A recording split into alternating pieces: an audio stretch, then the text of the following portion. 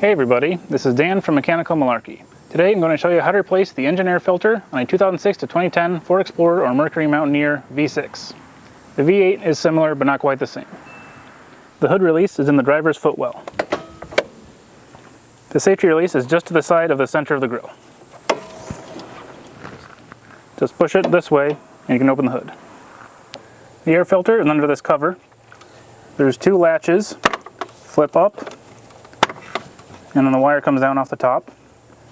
Then there's two tabs in the back sticking in, so you need to pull the cover up and forward. Then it moves out of the way. Pull the filter right out. Then put your new filter in. Line up those tabs in the back.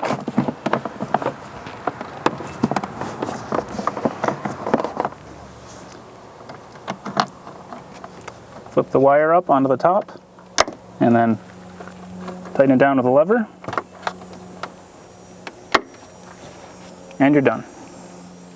I hope this video was helpful. If it was, please like, comment, subscribe to the channel, follow me on social media on Facebook and Instagram, and read the blog at mechanicalmalarkey.com.